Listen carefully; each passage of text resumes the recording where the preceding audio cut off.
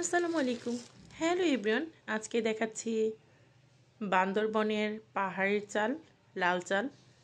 আমি এটাই প্রথম দেখলাম, হয়তোবা দেখেছি ফেসবুকে আরও, তবে রান্না করছি প্রথমে একটা বোল প্রসেসে রান্না করেছি। এটা অনেক স্টিকি রাইস হবে। তো এটা আমি দেখেছিলাম একটা জায়গায় যে স্টিকি রাইসগুলি ভাতের মার ফেলতে হয় না, কিন্তু আমি বেশি পানি দিয়ে রান্না করে ফেলেছি। একটা কথা বলি, এই লাল চালগুলো কিন্তু উপরের আঁশগুলো পুরোপুরি ফেলা হয় না, যার কারণে এটা প্রচুর পুষ্টিগুণে ভরপুর। আর এই চালটা আমরা সচরাচর পাই না, যেহেতু আমাদের পাহাড়ের বান্দরবনের এই চালটা। আমি আজকে প্রসেসিং করে রান্না বসালাম। এই যে ভাতটা, এত মিষ্টি একটা গ্রান বের হয়েছে, আমার মনে হলো পোলাওয়ের চালও এটার কাছে কিছু না। আর আমার বারান্দায় সুন্দর মাশাআল্লাহ আলহামদুলিল্লাহ লাউ শাক হয়েছে। অনেক আগে লাগিয়েছিলাম লাউ শাক গাছ, টুকটুক করে একটু একটু করে একদম বড় হয়ে গিয়েছে। এখন এটা কেটে নিচ্ছি শাক রান্না করার জন্য। তো এখন আমি লাউ শাকটা ভাজি করে নিব। আর টাটকা জিনিসের টেস্টই আলাদা, এটার টেস্ট আমি বলে বোঝাতে পারবো না, এত টেস্ট হয়েছে মাশাআল্লাহ। আর এটা দেখেই খেতে ইচ্ছে করছিল।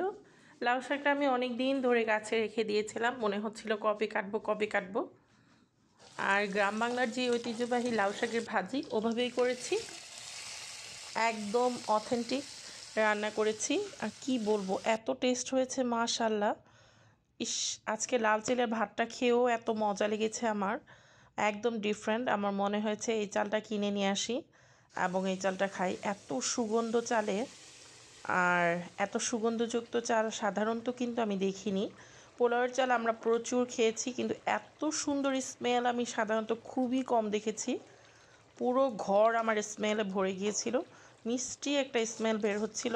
আর ভাতটা স্টিকি হয়েছিল, ভাত স্টিকি হওয়ার কারণেও আমার কেন যেন একটু স্বাদ অন্যরকম লেগেছে, আর অনেক টেস্ট লেগেছে।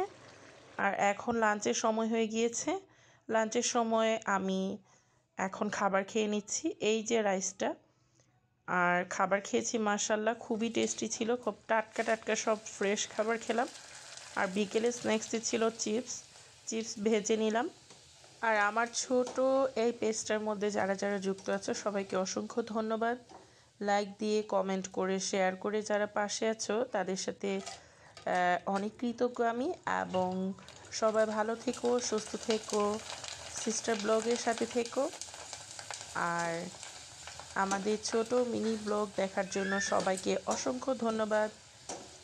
আল্লাহ হাফিজ, বাই বাই।